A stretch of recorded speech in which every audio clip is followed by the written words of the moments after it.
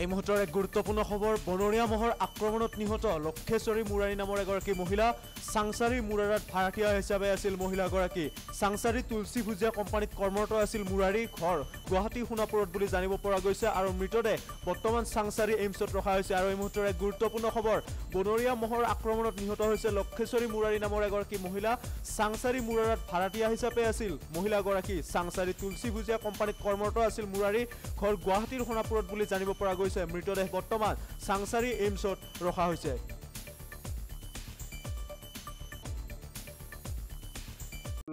daily যেনেকুৱা duty যায় সেনেকৈ যাব ওলাইছিলে ওলাওঁতে মানে পুলি পুৰি আছিলে গম পোৱা নাই তাৰমানে মহ এটা আহি বনৰীয়া মহ আহি তাইক মানে খুন্দিয়াই থৈ মাৰি গৈছে 5টা ৰাতিপুৱা ঘৰটো এনে আপোনাৰ সোণাপুৰ বুলি জানো আৰু এড্ৰেছটো আছে নামটো আপোনাৰ কিবা আছিলে এই লক্ষ্মী মা কিবা কৈ দিছোঁ ৰ'ব লক্ষ্মীশ্বৰী মুৰাৰী হয় তেওঁ ঢুকা বুলি গম পালোঁ তেখেতৰ হাজবেণ্ডে ক'লে এতিয়া মেডিকেলৰ পৰা এতিয়া এইমছত আছে ভৰ্তি হয় 110টোক ফোন মাৰিছিলোঁ ফোন মাৰোঁতে সিহঁতে কৈছে এতিয়া উপলব্ধ নাই বুলি কৈছিলে তাৰপিছত নোপোৱাৰ কিবাত আমি কাষৰে NDRF কেম্প আছে তেখেতৰ গাড়ী দি লৈ গ'লোঁ আৰু মানে 110 নাহিলে নাপালোৱে নাহিলে একো ৰেছপন্সে নিদিলে সিহঁতে তাত উপায় নাপায় মানে আমাৰ কাষতে NDRF কেম্প আছে সিহঁতৰ মানে বুলেৰ এখনেদি সিহঁতে লৈ গ'ল আৰু মানে NDRF কেম্পৰ ওচৰতে আপোনাৰ এই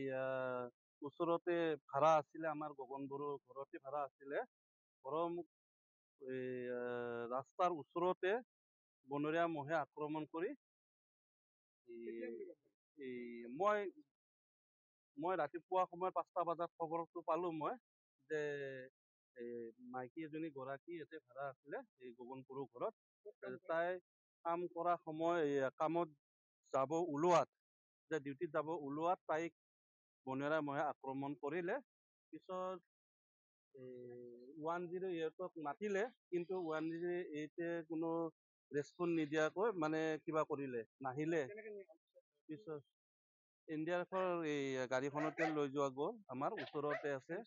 হয় এইমছলৈ লোৱা গৈছে মৃত্যু হোৱা বুলি এতিয়া বৰ্তমান খবৰ পাইছোঁ আমি ইয়াতে আমাৰ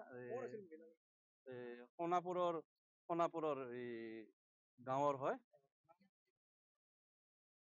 নামটো হৈছে লক্ষ্মী মুৰাৰী তাইৰ নামটো হৈছে এতিয়া তাই